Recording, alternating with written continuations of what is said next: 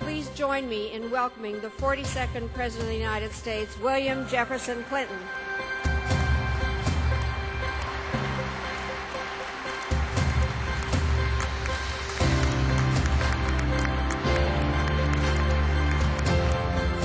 Thank you very much, President Rabinowitz. This all began almost 25 years ago with a discussion around a lunch table about Franklin Roosevelt, and by professors who had grown up during Franklin Roosevelt's presidency, who noted that the 100th anniversary of his birth was approaching, and thought, wouldn't it be a great idea, this is a university after all, if we had a conference. And I remember that conference very well. And by today's standards, that conference is like some meeting in a phone booth. But the reality is that we wouldn't have what we have today if we didn't have what we had 25 years ago. And it went off so well.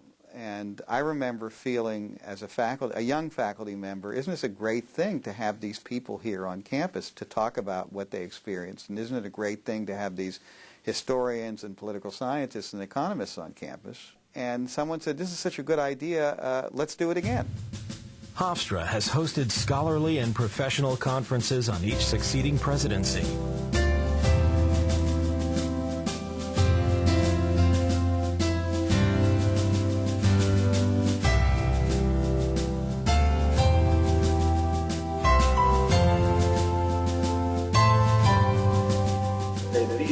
Hofstra conferences have been nothing short of exceptional.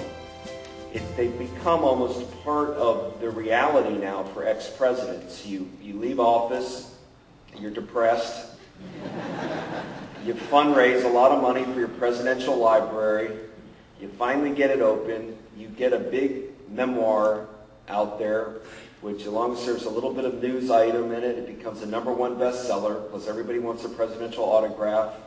So they queue up for Barnes & Noble or Borders lines, and the book becomes #1. And then it becomes this moment where Hofstra steps in, where you try to decide how history is going to treat this particular president.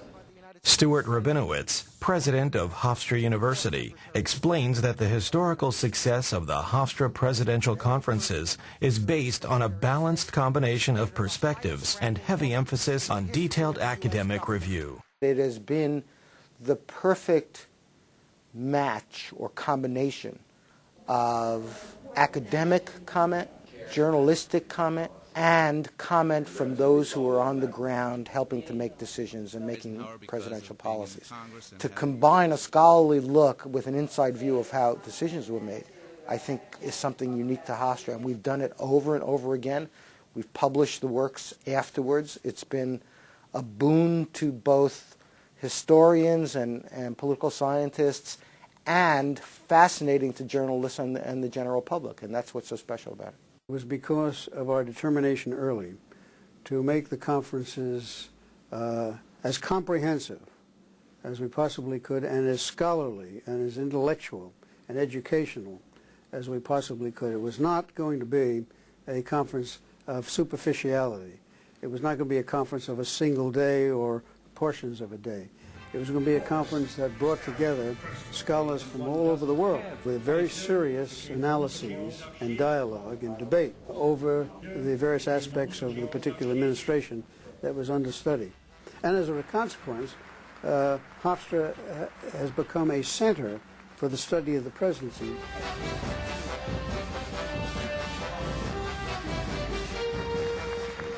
What you see happening over time, more and more people hearing about these conferences, more and more people coming to a conference who had been at a previous conference, more and more people submitting papers, scholars who had been at previous conferences, and people actually looking forward to the next conference. These were people who were students of the presidency. I think that when the media and the press hear there's going to be another presidential conference at Hofstra, they take it seriously because they know interesting things will be said and written about it, and it's something they should cover. We have taken a huge step over the years in terms of credibility and value in presidential conferences. Jerry, you should be very, very glad that still today anybody wants to talk about you for 3 whole days. This conference, as the previous such conferences, is above all proof of this nation's responsibility and this nation's respect for its history. This president left the presidency 4 or 5 years ago. The people who enter as freshmen today have vivid memories of that presidency. Students relate to this president in a way they couldn't relate to previous presidents given the length of time between the conference and the end of the presidency. That was true during his presidency, that was true during his presidential campaigns, and it remains true today. People told us this conference was too soon to get perspective, but I think we've proven them wrong. We got the academic perspective, not the last word, but we got academic perspective, but it was also fresh enough so that, a lot of people remembered the issues, and the people who were making decisions are still around to explain what they did and why they did it. President Clinton came here and spoke somewhat extemporaneously for 80 minutes to an audience of 5,000 to 6,000 people, giving his own perspective and a quite frank and forthright perspective on both the extremely positive aspects of his presidency and the more controversial ones. As an outgrowth of the extraordinary and highly successful 3-day Clinton conference held in November, President Rabinowitz was pleased to announce that Hofstra University received $1.5 million from alumnus and board member Peter Kalikow to endow an academic chair in presidential studies. This gift will allow the university to recruit a leading scholar in the study of our presidents and fully enhance the study of the profound effects that the institution of the American presidency has on foreign policy, our society, and countries throughout the world.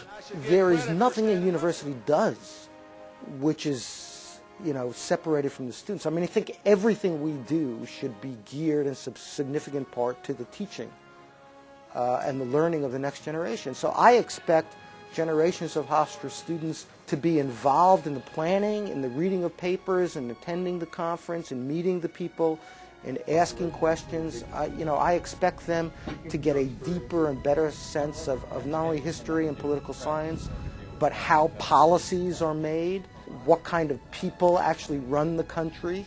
At noon today, I met with students who then asked me questions that were far superior to any questions I ever got from the White House press corps.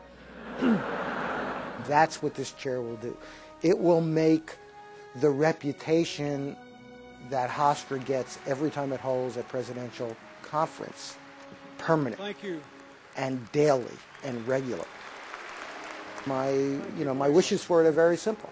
Hofstra University will be known nationwide as the #1, the very best place for the study and analysis of the United States presidency.